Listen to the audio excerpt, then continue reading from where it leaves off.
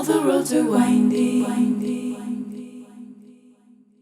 Hello, Rohini. Welcome to this episode, to this show. I'm super stoked to get into the Akashic Records with you today. So thank you for being here.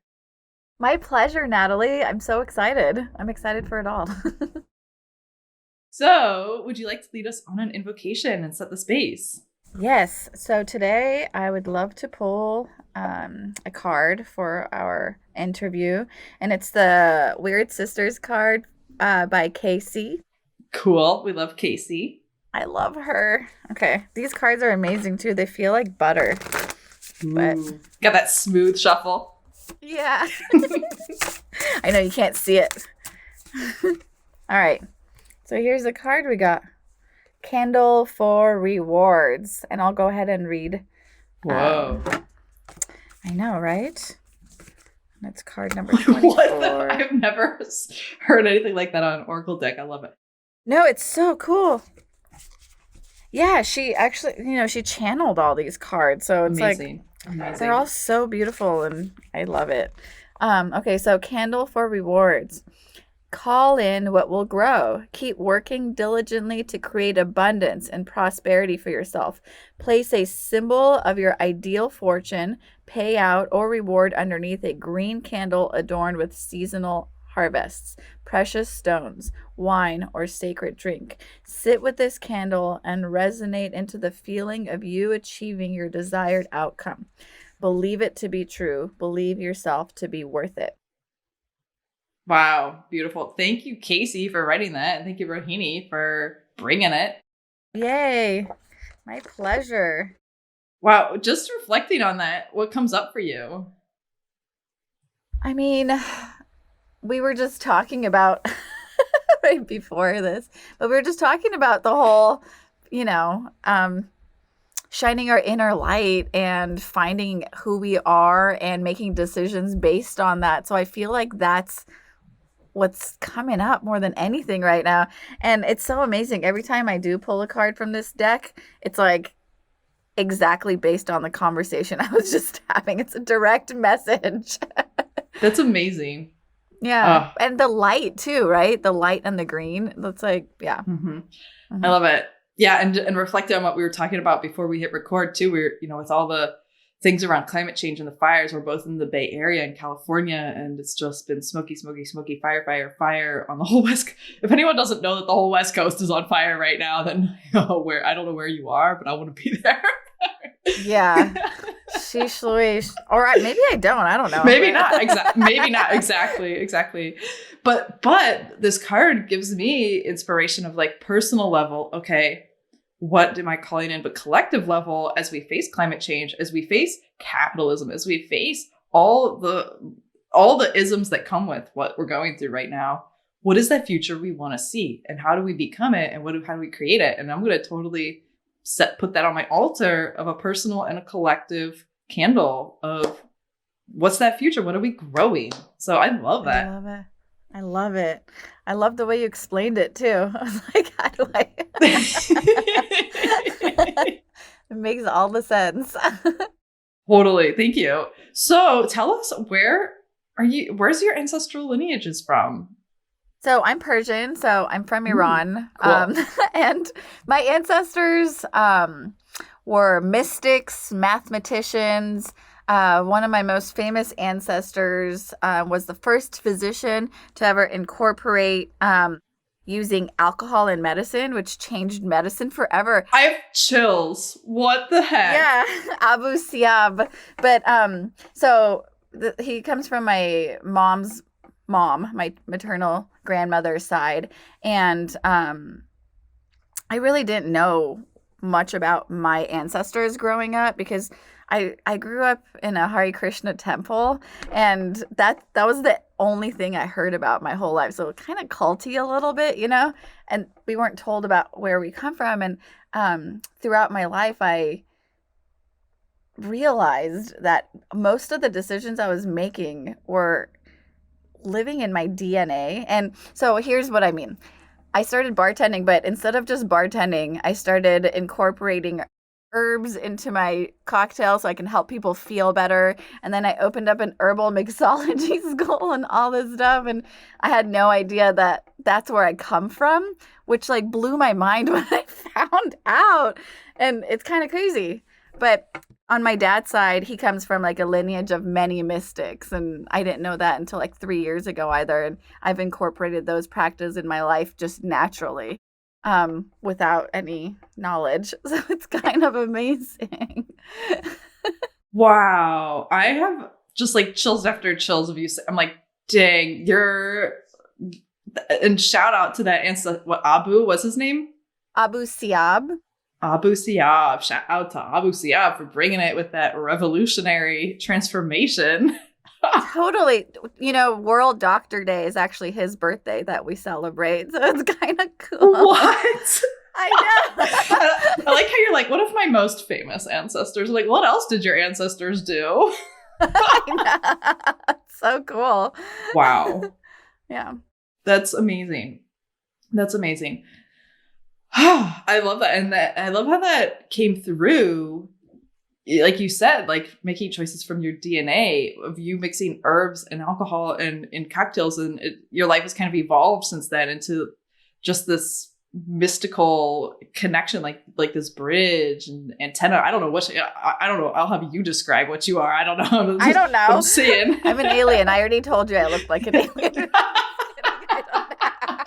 Well, so for listeners, we're filming here, and I just moved into my house, so I'm like, I have like a little altar behind me and boxes in front of me, so you can't see them. And then Rohini's in her garage, and she's got this gorgeous green screen with so we're seeing this like beautiful spectrum of baby blue to purple and violet to pink and pink orange peachy, and I'm like, I am looking at you. But I swear these colors, I'm like seeing your spirit. Like, whoa, like this is amazing. I mean, it's so, it seems very fitting energetically. So. Thank you. I feel it too. I mean, you are it, right? Oh my God. Okay. And so tell us where you live and who are the original stores and people of that land where you reside. I live in San Francisco, California, and the original stewards of this land are the Ohlone community. We pay reverence to them daily, and we visit their sites near Sutro baths and beyond. I mean, the whole land is theirs. So, yeah, we incorporate them in our everyday life. Actually, we have photos of some of the tribe members in our house, and my son, who's only a year and a half, says hi to them all the time, and my daughter has memorized their names. So this is like a big part of our life. We really do pay reverence, and we know we're here without being invited. Mm-hmm. Wow, that's amazing. Cool. That's amazing. Are they like modern pictures or like? They're paintings, actually. Paintings. Yeah, Okay. Yeah. They're paintings cool. of tribe members. Yeah. I had in my head like portraits of people, like if they got their picture taken, you're like off of Instagram. Yeah. No, I'll take a video and I'll send it to you. That's cool. It's really cool. Yeah. My husband actually found like a collection of these paintings at I think like what do you call it? Not a garage sale, but an estate sale. Estate sale. Mm-hmm. Yeah. Mm-hmm. And then he unknowingly bought them because they're beautiful. And then we find out like there's a big connection there too with where we're at. That is cool. So cool. Okay, cool. I'd love to see them. Thank you. So something that I came across you because of Witches Confluence. Thanks again, Casey. And for putting that together, like an epic gathering. And Witches Confluence held an online workshop which you taught on how to read the Akashic Records. And so in my past, I had bought the book and like I think by Linda Howe, and I had read it and tried it, and I'm pretty intuitive and connected, but it still was like weird. I didn't know if I was doing it right. And I was just like, I don't really feel anything. Is it happening? I don't know. So when I saw that, and this is like a couple of years ago. So when I saw that workshop pop up, I was like, yeah, I'm in. Boom. And it was so amazing. It's totally opened doors and new channels for me. So thank you for teaching that and sharing that. And I feel like it's such a powerful tool, and feels very safe, which you covered in the workshop as well, of like what energy we're tapping into. 'Cause tapping into any energetic spirit realms and channeling shit is like, you don't want to just like willy-nilly tap into things because you don't know, you want to make sure you're protected and safe. So thank you for that. And I wanted to bring you on here today to talk about the Akashic Records and just hear more of your story and share more of what the Akashic Records are. So how did you find them actually? Well, I feel like I've always known them. No, but how did you consciously reconnect with them in this lifetime? I know. So on April 20th, 2018, my 2-month-old daughter passed away from SIDS. And the reason I tell this story is because that's when me, as I knew it up until that point, also passed away in a way. And I started experiencing a rebirth after that. Actually, not right after. It was death for like months after. And in order for me to like feel grounded or in body, I started meditating more, which is a practice that I grew up doing. And, after moving to the US, I lived in, sorry, I'm going all around, but I lived in Iran previously in a Hindu temple where spirituality was a part of our everyday and life. So after moving to the US, I lost myself to the land. And I partied so hard, and I was just like saying yes to I was full on adventure, and I lost that part of myself of being in my body. So that sometimes like I think about it and it's like, did I do that to damage myself or to collect experience so that I can practice what I was initially taught in the spiritual realm, So when she passed away, that part of me, that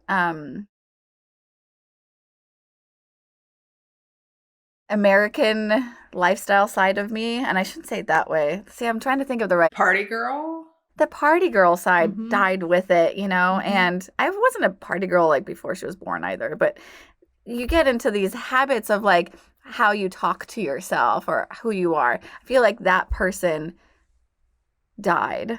And through my rebirth, I started connecting again with my spirituality. So I sat in meditation every single day. A lot of times, like for the first month, we had so many people stay at our house. So everyone would sit, meditate with us too.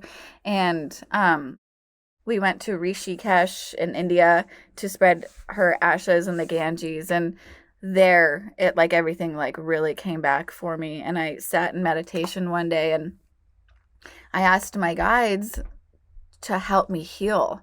And during this journey too, I didn't even know I had guides. I met my guides and before we went to Rishikesh, and I asked her and I said, help me heal. And after I begged in meditation, I came across the words like Akashic Records and something like, when you feel that like lightning bolt inside of your heart, feeling like that shift, like that happened to me when I saw it, and my hands got sweaty.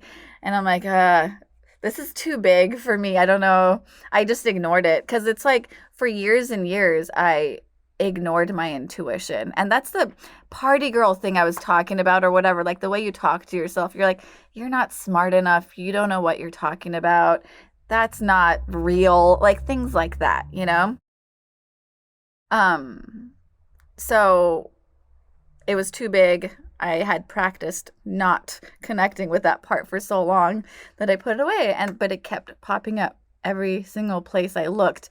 And these two words, the Akashic Records, are not common.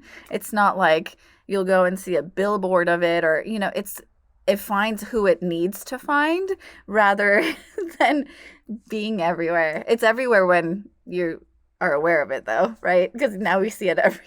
Doesn't stop. It's like, hey. No. So eventually I decided to follow my intuition and see what the Akashic Records are. And I researched, like I read so many blogs, so many articles, so many books. I listened to so many podcasts. I took like 2 courses. I read 3 different books, and I still didn't understand what they were. Like, I really, because everyone has conflicting views on, not conflicting, but like, I'm not in the new age scene, to be honest. Like, so I didn't understand a lot of the stuff they were talking about. Right. Like one person will say this is what it is, another says this is what it is. And you're like, well, what is Yeah. it? What is it?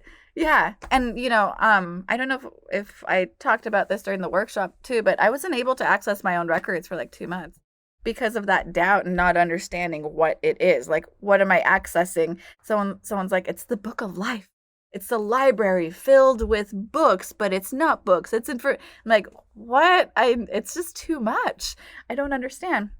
What were you expecting to see or experience? Like, was that part of, because it sounds like these descriptions were maybe clouding your view of seeing what it is for you. Absolutely. And you're totally, yeah, absolutely. And I was already clouded. Like, when you're going through like a rebirth season, like nothing makes sense anyway. And you can't even see 2 feet in front of you. And then like I just experienced a death, and I like have been connecting with a spirit being. Like, what? Like, it's already too big for me to understand. So all of that information put on top, that was definitely clouding me. But in the beginning, I started reading for others, and I was able to. And that's like where my trust with the records started building a little more. And after a couple months, I realized that I need to surrender. And that's usually the theme. It's like, you don't have to control it. You're not going to see what you think you're going to see. You're not going to feel what you think you're going to feel. It's outside of our thinking, as you know. So once I surrendered, and I said, brain, you're not it. Then I was able to like tap in, and it was great. Wow. So you followed the signs, it sounds like, and you're like, okay, fine. I said, hey, all right, I'm gonna look into this Akashic Records thing, and dove in, and then it wouldn't work for you on yourself, but you were reading for others. Was it like a slow transition to being able to be like, oh, I can read for myself, or was it like one day you just got it? It was a slow transition that now I can see, but at the time, every single day I was running to my husband like, I'm gonna get into it. Like, I was too aggressive with it. Like, calm down, Rohini. Like, it's the Akashic, you can't go in like that. Because I thought like reading Linda's book was very informative, but reading any book or any article or anything kind of really messed me up, because I imagined like these big gatekeepers, like the lords of the records, and they're not going to let you in, and like hearing things like that. And there's like somebody else claiming to like channel aliens through the records and all of this stuff. It was just like really confusing and scary. Like, that's why I asked you the question about fear too, because it caused a lot of panic. Like, I don't want to like see something like crazy. You're afraid of what you might find, right? Yeah, totally. It was like, it was so strange too, because a part of me totally believed it, and that's why I had the fear, and another part of me is doubting like everything, just like that voice that we were talking about, like, you don't know what you're talking about. Like, you know. So it was a very strange experience. But again, theme of life, it was about surrender and not knowing. It's like, you don't need to know what it is. You don't need to research every angle of it. Just let it in, because it's calling you. Wow. So when you did let it in, what was your experience like? And how did you know that it had happened? There was a slight shift. So previously, when I wasn't able to receive information, my body would kind of sway back and forth, and I was able to experience like a wave, like I felt like I was in a wave a few times. Yeah, but when I was, mm-hmm. You felt, yeah, it's like a weird, mm-hmm. it's strange.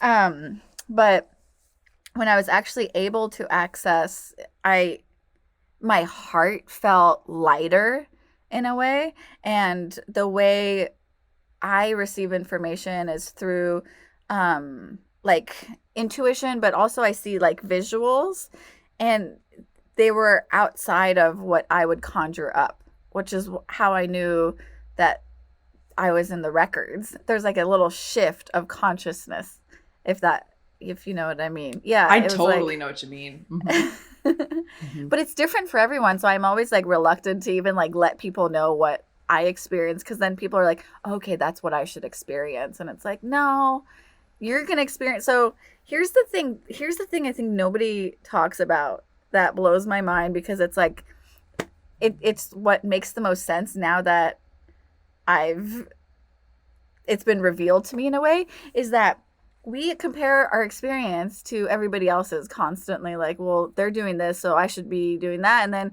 if I do that, then I'll get that. But it just doesn't work that way. We all have like intuitive abilities. We all have like psychic abilities, whatever you want to call it, right? We're all just born that way. But sometimes we're told some of our abilities aren't real, or sometimes we naturally just flex certain muscles, right?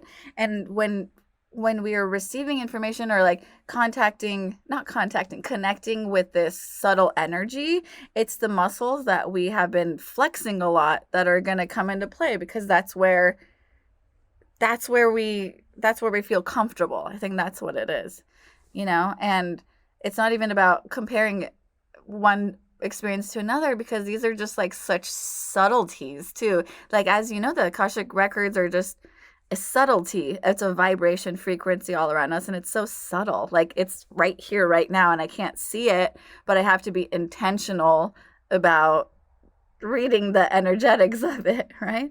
And the only way I can do that is by the muscles I've been flexing for most of my life, or what I'm used to using, right?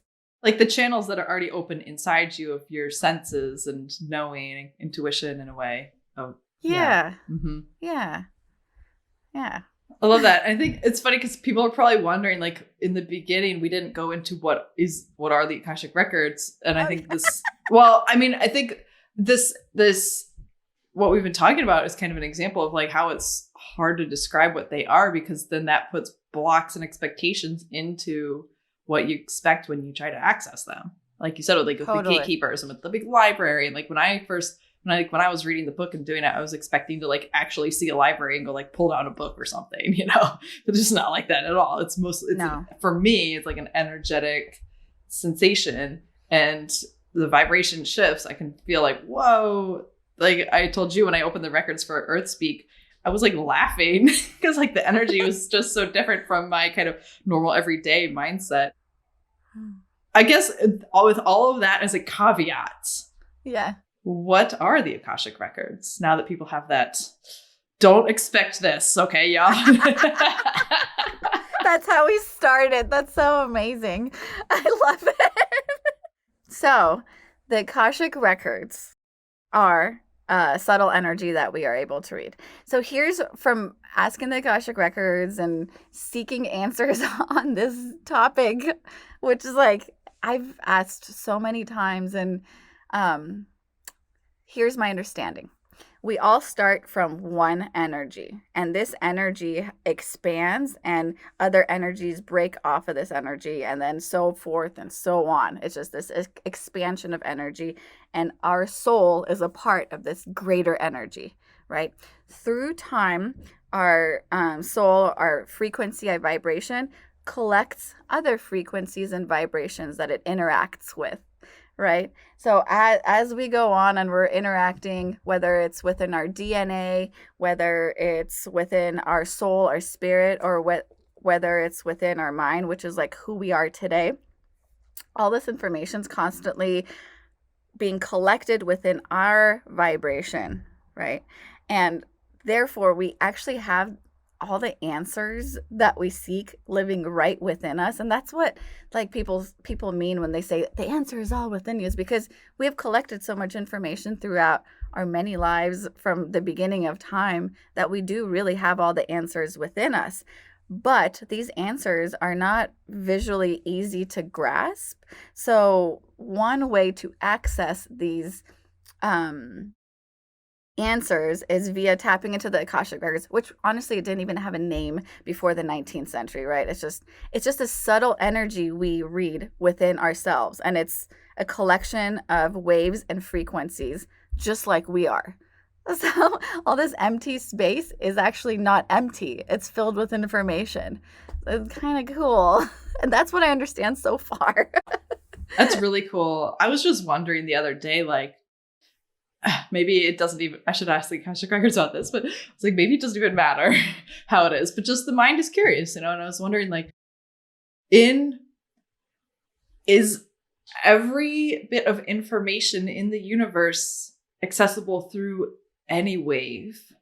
Which just, like, my mind, like, I did terrible at physics in school, so my mind is like, but it's still fascinating to think about, like, because we've all experienced that, knowing who was calling before they called, or those little things that are like, we're connected in bizarre energetic ways. And then, what I hear you saying is that the Akashic Records connect us throughout all time and space as well, where we really can tap into this vibration, this frequency that carries information. And tell us more about the information it carries and what it's useful for. So the way, from what I understand, the way it stores information is through our feelings, like the impact it has on our soul, right? So if we experience something happy, it gets stored. If we experience some type of trauma, like that gets stored. Like everything where we are aware and present, like, is getting stored. It's like programming a computer, right? Which is insane. It's like, it is really big to wrap one's head around, because we are also puny little bodies of matter, like, at the same time that we are the universe. So it's a lot.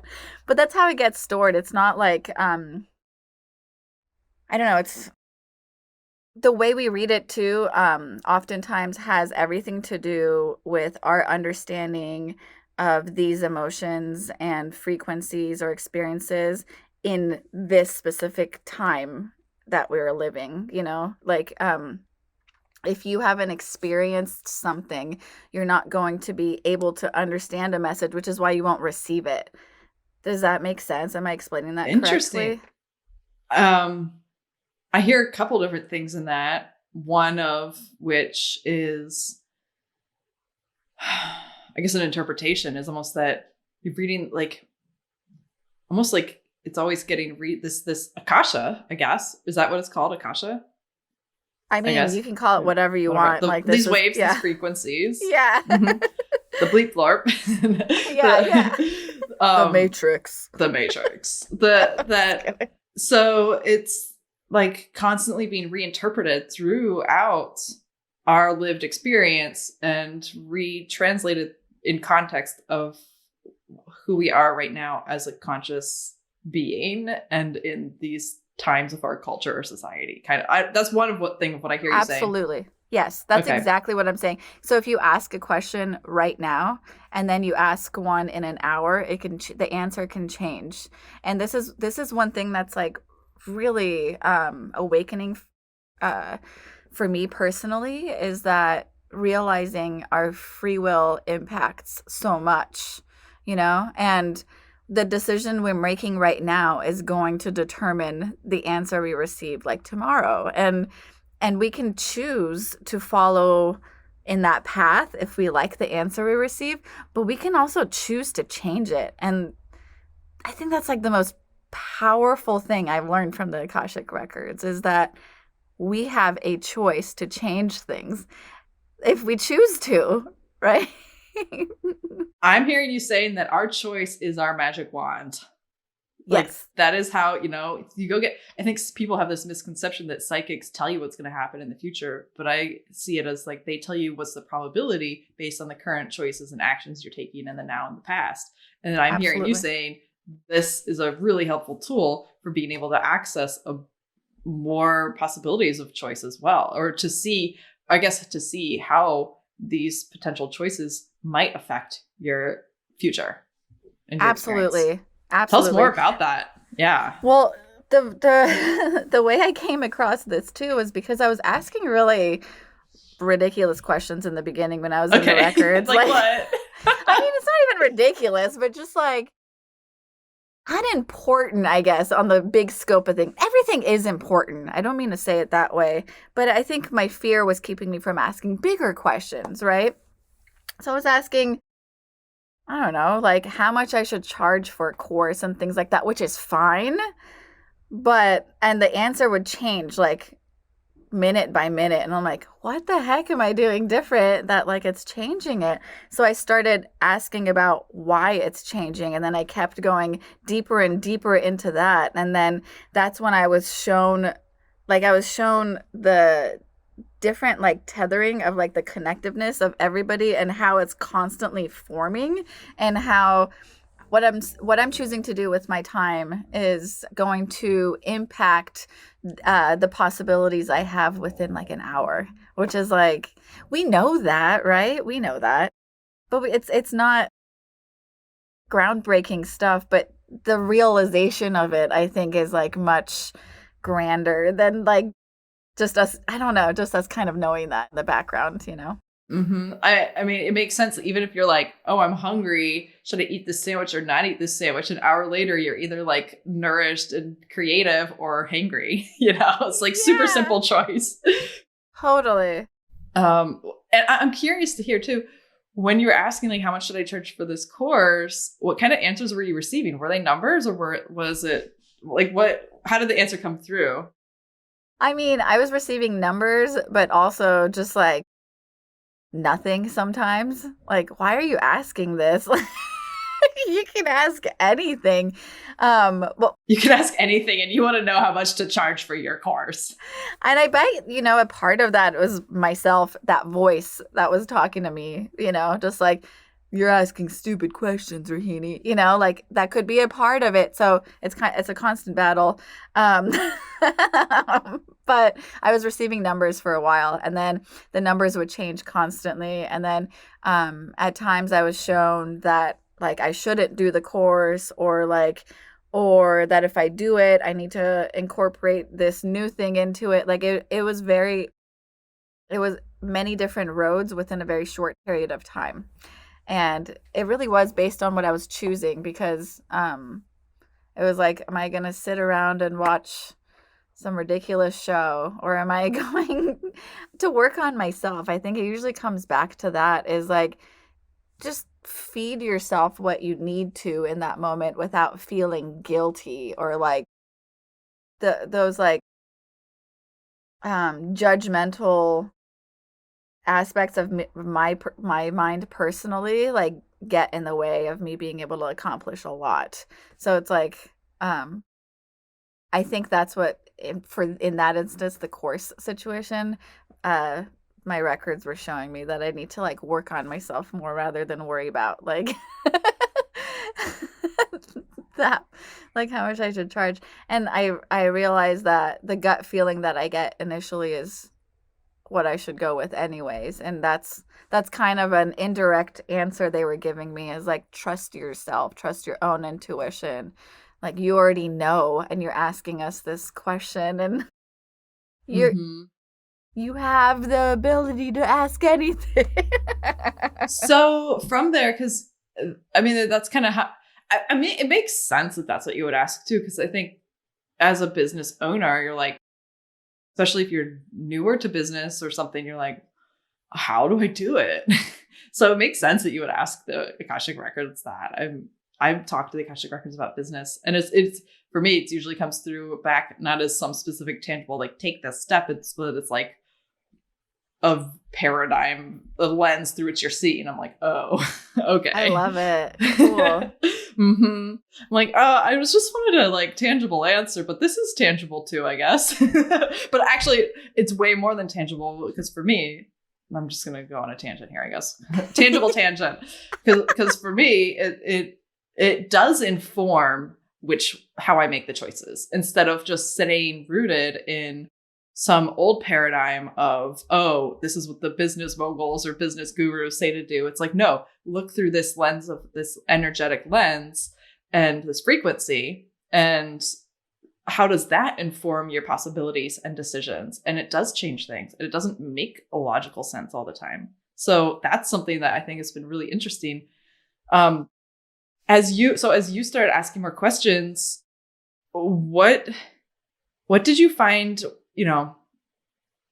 where did you find the most usefulness, or the most, like, how did it, what's the right question here? Because I don't want to be like, oh, we just use the Akashic Records to mine information. I mean, we do, but it's like, which ones had the greatest impact for you?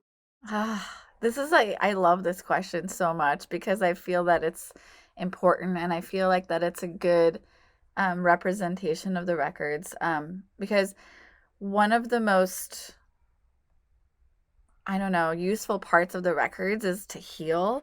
And the way we do that is like we shine a light on our shadows in a way. And of course, we all know shadow work. But I started healing my deep personal relationships, specifically with my sister and my mother and my father. But it's like, and it's not like we don't get along or anything, but I started asking what, like, because I don't know, I'm sure other people experience this when they meet somebody and there's like a heaviness behind it and you can't put your finger on it, and you're like, what is it about this relationship that's so difficult, even though like we love each other?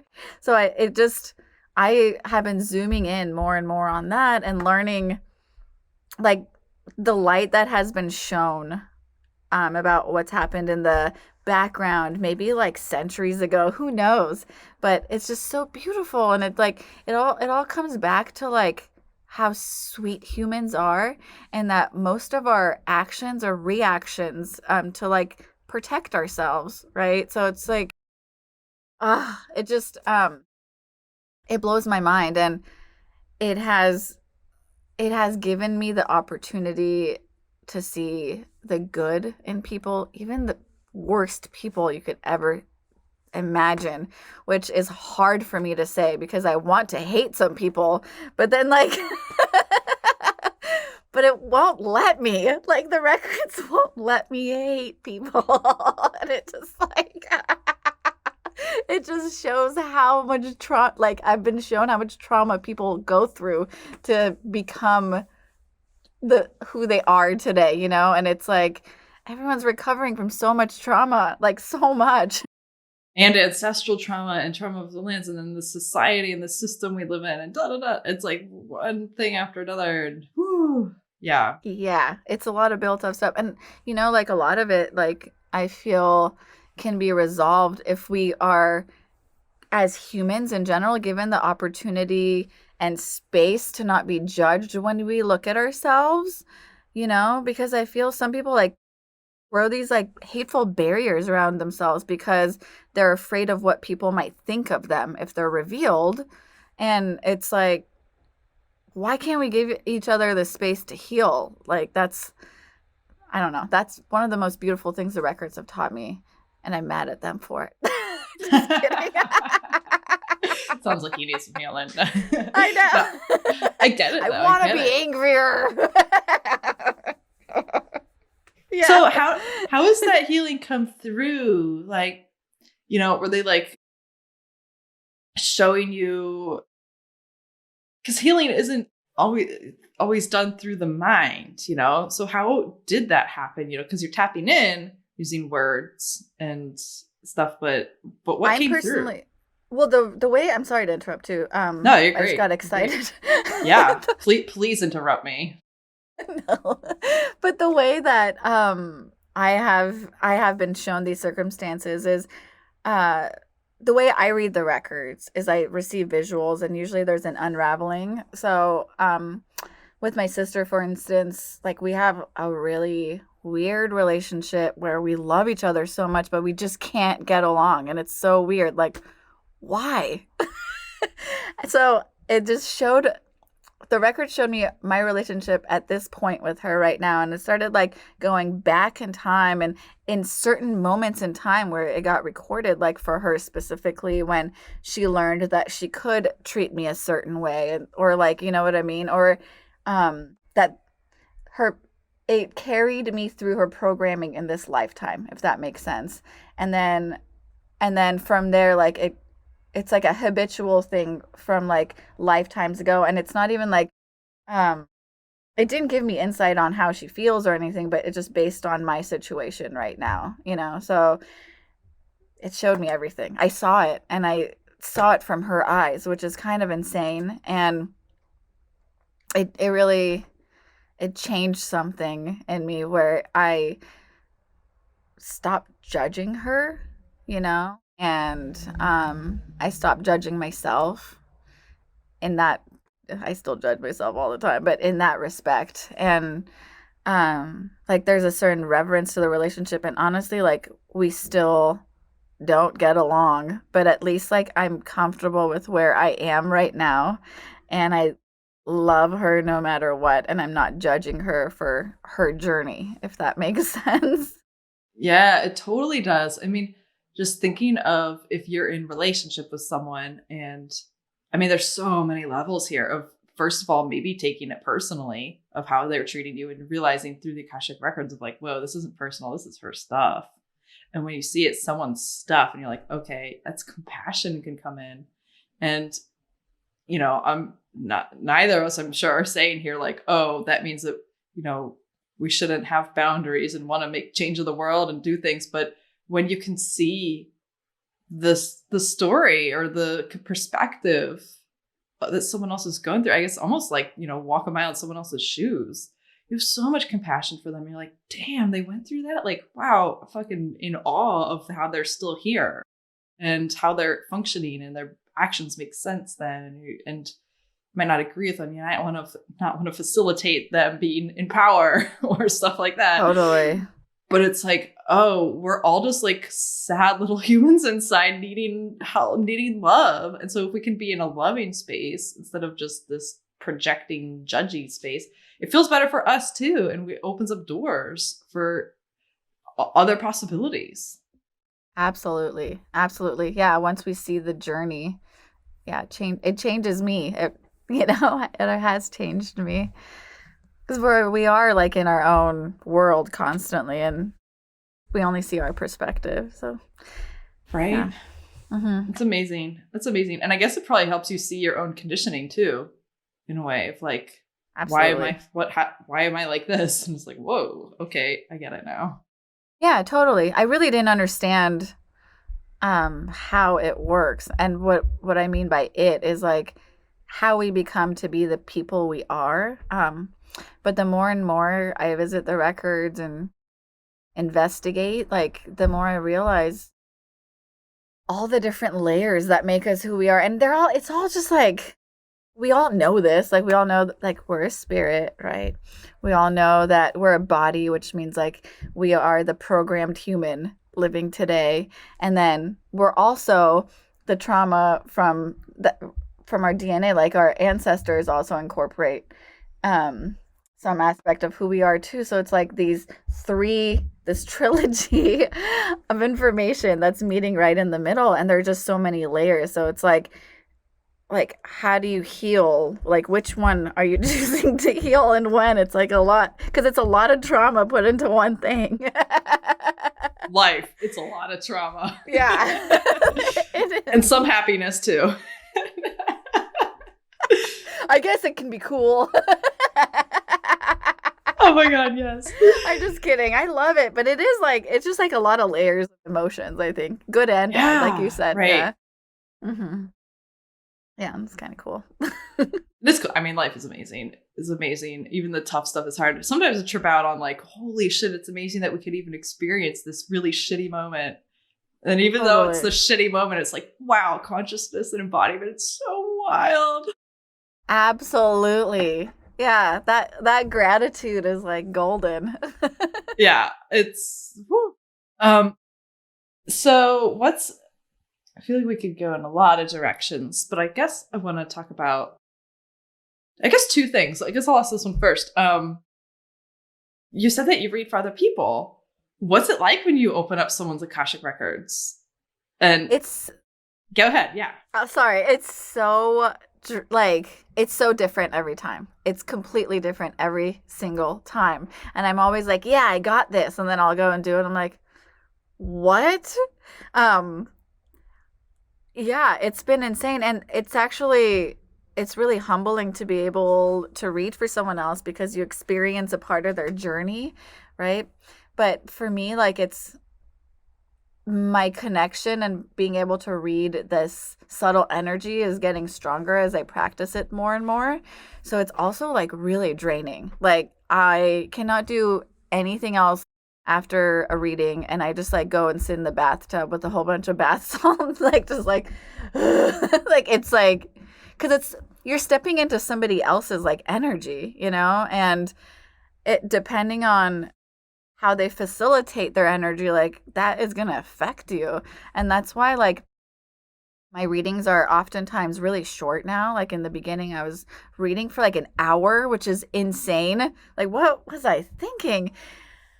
It's a lot, but honestly, like when the information starts rolling out, like you can't like stop it, right? Because a lot of times, like people are called to their records for a reason. Like their guides are waiting to give them all of this information, and um, 1 hour is like 10 minutes in the Akashic records. Time doesn't exist, right? But also, I didn't realize how draining it was after like almost a year of doing it, and then this last summer, I feel my energetic body is exhausted anyway. So going in and experiencing somebody else's exhausted energy depleted me. Like I can't even, I didn't, I can't even put into words like how surprising and eye-opening it was that what we're actually doing is stepping into somebody else's energy, you know? Like I say it and it's like, yeah, sure, that's what we're doing, but it's like a heavy thing. It's not it's nothing to take lightly. I'm used to my energy, like I'm with me all the time, you know? It's not exhausting for me. Sometimes I feel nauseous after, and you know, I'll just eat something, but I do it every day in the shower, and it's like it's energizing for me because it's my own energy. I'm used to it. But it's different with somebody else's energy, you know. Even though we're all the same, but still, like, you know what? It's the concentration of what we're holding, and sometimes some people are holding a lot, um and those are the people I really want to read for, to be honest, because that, like, there's a lot of information waiting to be given to them, but it's just emotionally and physically exhausting to do it as often as I was doing it. It's it's funny to hear that it's draining and sometimes makes you nauseous, but it's also energizing. It's kind of like, if someone hears that, what would you say to them about whether or not they ought to choose, how, you know, if they're feeling called to the Akashic Records, whether or not they ought to try it or do it? And are there any kind of caveats or protections or, I don't know, just preparations that might assist them?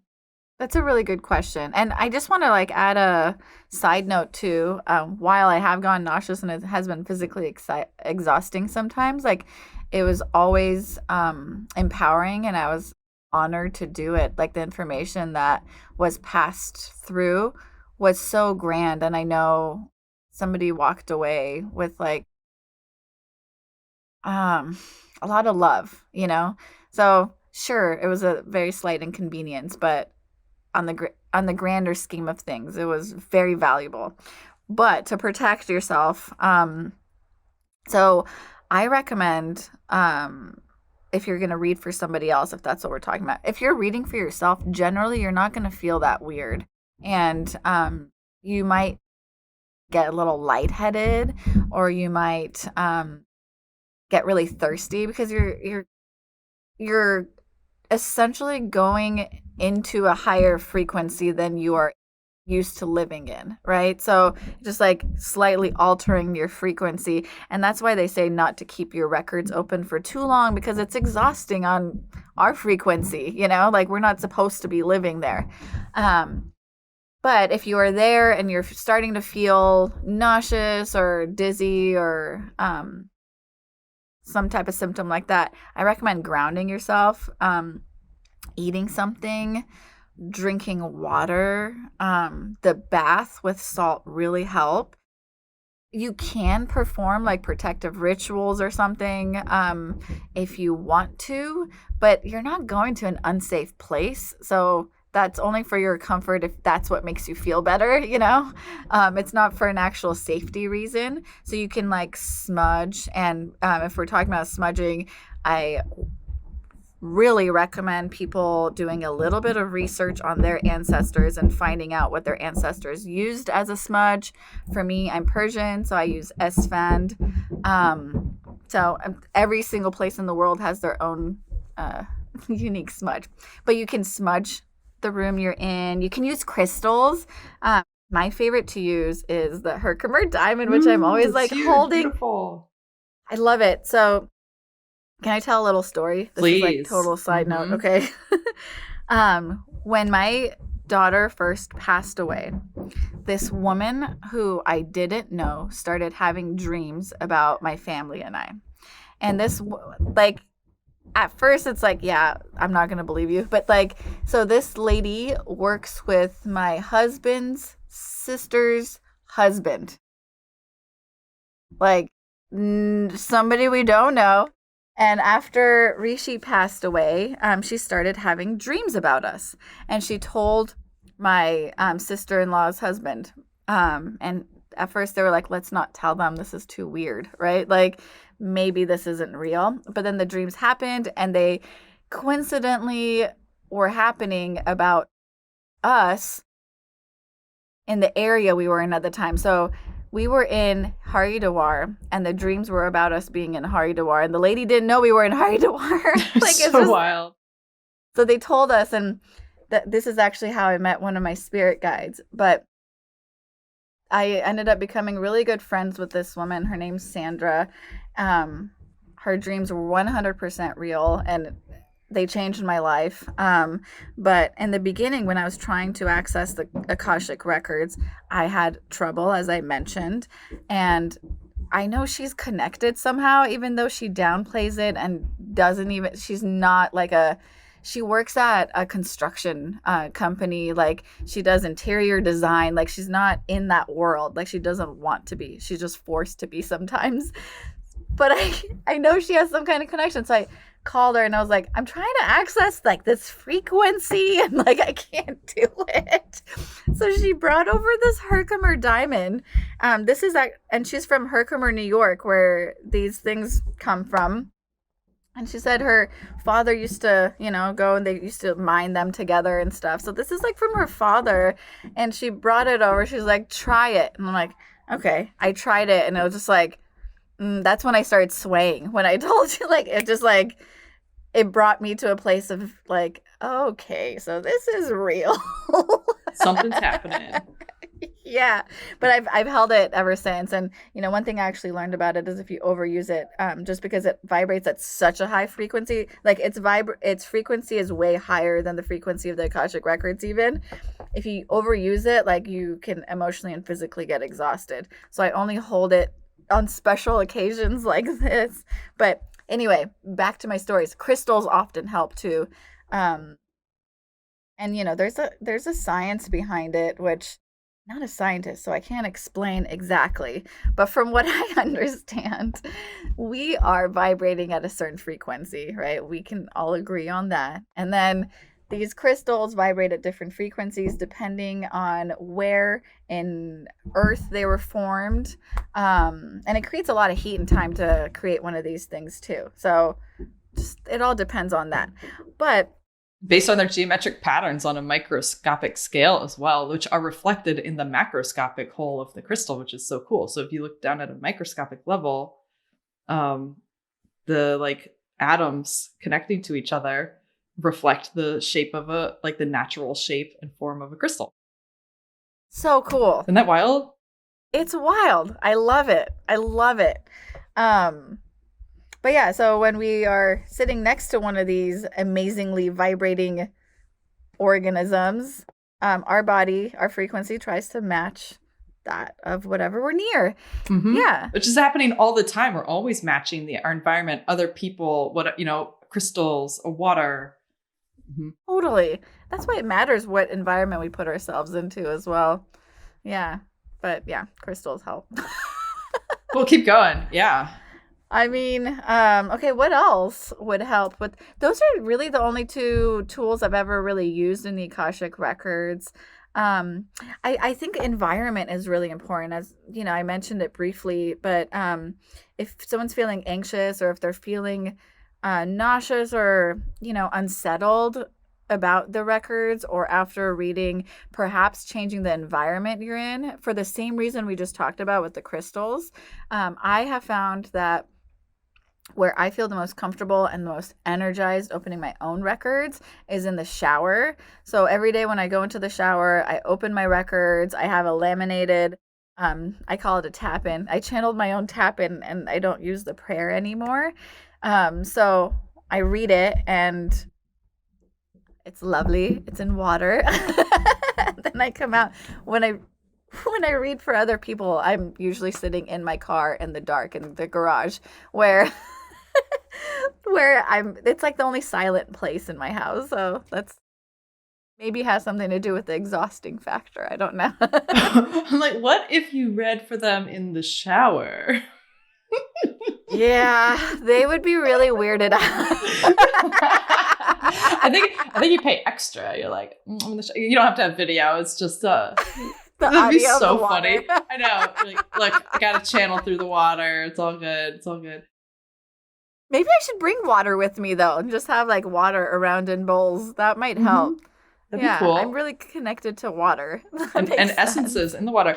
Yeah, I think it's so wild. I mean, I've never read for anyone, mostly because I'm very like, I don't know. I guess I'm just insular in a way of like, I don't have a ton of energy to expend, so I expend it where it's going to matter the most to me and to what I'm doing. So I expend it on my business and my family and my friends. So Smart. it's just, I haven't read other people. I'm curious. So I'm curious now. I'm like, oh, now I want to read someone else so I can see how I feel. But I feel like for myself, what you're saying sounds like what happens exactly when someone does tap into a different frequency. It's almost like when you get drunk and you're nauseous. And if for me, like if I ever got drunk, I would get that like, oh my God, like I feel like I'm vibrating differently. And it's like my vibration and the vibration of the alcohol don't match. And it like makes me want to expel it. And not if I just had a little bit, but like getting like drunk, if you feel y'all. Okay. So even still, I still don't drink just because the frequency of it, like I physically and emotionally love the feeling of drinking a glass of champagne, but man, my body is like, fuck you, Natalie. I'm like, okay. So I don't do it anymore. But that it's like feeling, but then also like when tapping in, like when you learn something, oh my God, I just want to like riff on this because I feel like this is something that we haven't really talked about on the show. And I think that it's something that people probably experience and would like to hear about too. Because I remember one time I was driving from New York City to Maryland where my parents live. And I was listening to all these CDs from, oh my God, he's like only the biggest name, like Oprah and blank. Who's the guy? Deepak Chopra. Thank you, Deepak. Oh my God. Like this is like 15 years ago. I was listening to all these CDs that he was, and when I got to Maryland, I stepped onto my old school grounds where I was feeling fine. I stepped on my old school grounds to pick up my little sister and surprise her. And I immediately got nauseous and wanted to throw up and just like puke. And I had to go lay in bed. And I was like, oh my God, I feel like I'm being torn apart. And it was so wild. And I realized that it's because I had been, all of these CDs from Deepak Chopra were tapping me into this higher frequency. And it was like this massive outpouring of forgiveness for all of the pain I had been inflicted of going to that Catholic school and all of this trauma, and I saw them in the light of they're just people trying to do their best, and they weren't trying to like hurt us. And it like really, it was like all of this trauma released. And I feel like it, you know, releasing trauma doesn't always have to have that nauseous and pain, but that is such a, I feel like just speaking to that for people too, of like, it doesn't mean you're doing something bad or wrong. Being high vibration doesn't mean you're always like happy and perfect. It's like sometimes big stuff comes up and a lot of energy gets released, and it can really do a number on your physical experience. And, but then once it's gone, it's gone. It's like this release. Absolutely. So I don't know. Do you have experiences with that yourself? And does that resonate with what's happening when you are tapping into other people's energies and reading records? Absolutely. I never really thought about it that way until you just explained it, but it does feel like a really big release because everything that has accumulated over time is being felt all at once. So that's like, of course we're going to get nauseous and dizzy and like, you know, it doesn't happen every single time either. It's usually during like those really big, deep readings where there's a lot of information waiting to come out. So that, I love that. I love that explanation of like, yeah, duh. When you're high vibration, you're not going to be all like gung ho happy all the time, but it's about like channeling it through in a sense, you know, letting it move through you rather than just like staying small and like being afraid to even go there. Because there's a lot of stuff waiting for all of us. Yeah. That's cool. Thank you for that. Yeah. And even as you're saying that, we had Luis Mujica on the podcast a while back in June, I think, and maybe late May. And he does somatic experiencing, which is somatic therapy. And he shared about how trauma happens when you have an experience and all this energy builds up inside of you. You like tense up so that you can fight or flight. You know, it's like energy so you can punch or energy so you can run.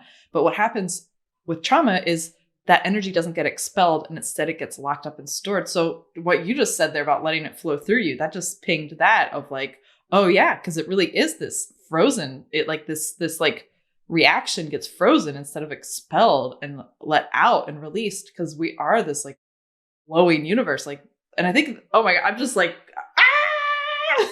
That's happening to me too. I'm picturing a lot. We're doing this together. It's true though, but think about how much like not only do we store in our body, and if we don't release that, like it travels with our emotional body too. And over time, like maybe you're born with like something that was stored from a previous life in this body now because that's where you're used to holding it. So that's just, that blows my mind because I don't know, like I have this like shoulder pain. Like where'd that come from? I didn't hurt my shoulder. Why is it there? That's amazing. Yeah. Wow. Like time to ask the Akashic Records. I know what I'm doing. Wow. Wow. I mean, healing is such an art. And I really love how the Akashic Records have brought so much healing to my life, even if I just learned, you know, tapped in May and it's September. So it's like 4 months, you know, and it really is that frequency that is a language that isn't words that helps us heal. It's like our bodies just have this wisdom. I feel like I'm just like getting all these downloads even right now. Like what's going That's on? That's amazing. Yay. But okay, so for you right now, what is the most exciting way to engage with the Akashic Records? How are they kind of informing your life at this moment? Well, I feel like right now, everything comes in waves, right? And for a long time, I was receiving like really heavy emotional information for me to work through, and now it's like at the point where the breadcrumbs are starting to fall for me again, and a road is opening up, and it's the other side of the rebirth, which took like 2.5 years, which isn't very long actually, but at this point I am being shown a new way of being, and it took me a really long time to accept it, And I have this ability, I know a lot of people do, but I have this ability to draw in people and situations that I'm supposed to be living in, if that makes sense, you know? And a lot of times when that happens, I like back away and I'm like, no, no, no. And Why? Why? well, it's just too much, you know? Okay. Like a sense of purpose is like, wait, like it's a big load of laundry to accept, because with that comes changing our habits, changing the possibilities, changing everything we've worked through and worked on thus far. So it's just like more work, and I am a lazy, exhausted person. So it's like I say no, and then I'm like, it would feel lighter if I said yes. And it's right now the records are helping me work through that part of the surrender constantly, So that's where I'm at again. If you are hearing noises, my dog is here all of a sudden. Hi, dog. Hi. And also, we have a pig, and our pig is really angry and hungry because it's 12:30, so he's screaming right now. I don't know if you He's hear like, it. feed me. I can't hear him. He's like, "Roar, roar." Wow. Well, maybe we should wrap it up and you can feed the pig, and then Yeah. then maybe we can have a quick secret episode talking about Akashic Records and business. Maybe just like a 15-20 minute secret episode, and but feed the pig first. Yeah, totally. That sounds Cool. Rad. So tell us, what you do offer and where people can find you. So right now I am offering our next course is actually going to be with Earth Speak. So that's exciting. Yay. We're doing a How to Read Your Akashic Records course. After that, I am more than one person now. I'm teaching an Akashic Records practitioner course for Scarlet Sage, which I'm really, really excited about. It's going to be my first time doing the practitioner course, but I've put together like 8 different businesses, and it was the reason why becoming a practitioner was really easy for me. It was like a really easy transition. So I thought I would just pass on that information to seekers. So like business stuff too, is like how to read the Akashic Records, but also how to make it a business. Yeah. Cool. How to treat yourself and the world around you well while making money, Love it. Mm-hmm. So it's kind of, I don't know, I'm really proud of it. It's been an amazing adventure putting it on paper, just because it's like years of experience and hardship, that not always hardship, but like learning and growth that sometimes we don't acknowledge as business people, right? Because like the day to day you forget about all the things you learn and do. So it's been fun putting it on paper, and I'm excited to share it with the world. And yeah, you can find me on Magic Inclined. We just started an online community, so I'm so excited about this, because we're going to be offering different monthly classes, but also it's a space where you can connect with other people who are learning about the same topics you are at the time. Okay, also it's a space where you can connect with people who are interested in the topics you're interested in right now. Like right now we're doing an Akashic Records like Zoom in, and we're partnering up. We're reading each other's records so that we can practice. So if you are looking to read records, it's a place to go. Yeah, but that's what we're doing. That's all we're doing right now. That's awesome. And that's at magicinclined.com. Yes, magicinclined.com. And also Magic Inclined on the gram, right? Yeah. That's right. Find her on the gram. Cool. Find me on the gram. I know the whole online community is an attempt to get off of social media. Although I love it. Like I'm not like a anti-social media person, but it's just I don't want to be an experiment anymore. That's the only aspect I don't like about it. But anyway, it's also fun to go and not just like post pictures of ourselves and actually like connect with people. that's so much of what inspired the Earthspeak Collective. I was like, dang, I want to just actually hang out with people.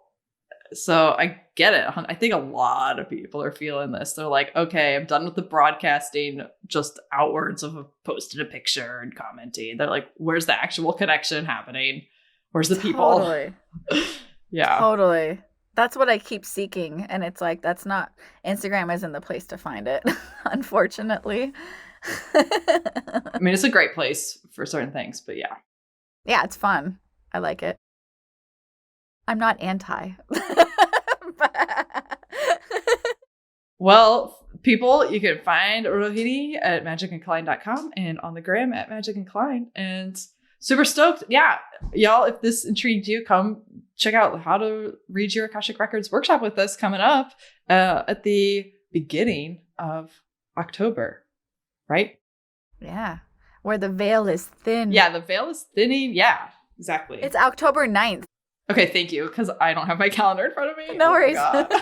I'm so excited. Yeah, I'm very excited. And our members have been requesting that too. So they're like, we want to learn how to read our Akashic Records. So they're in for a treat. Yeah. Yay!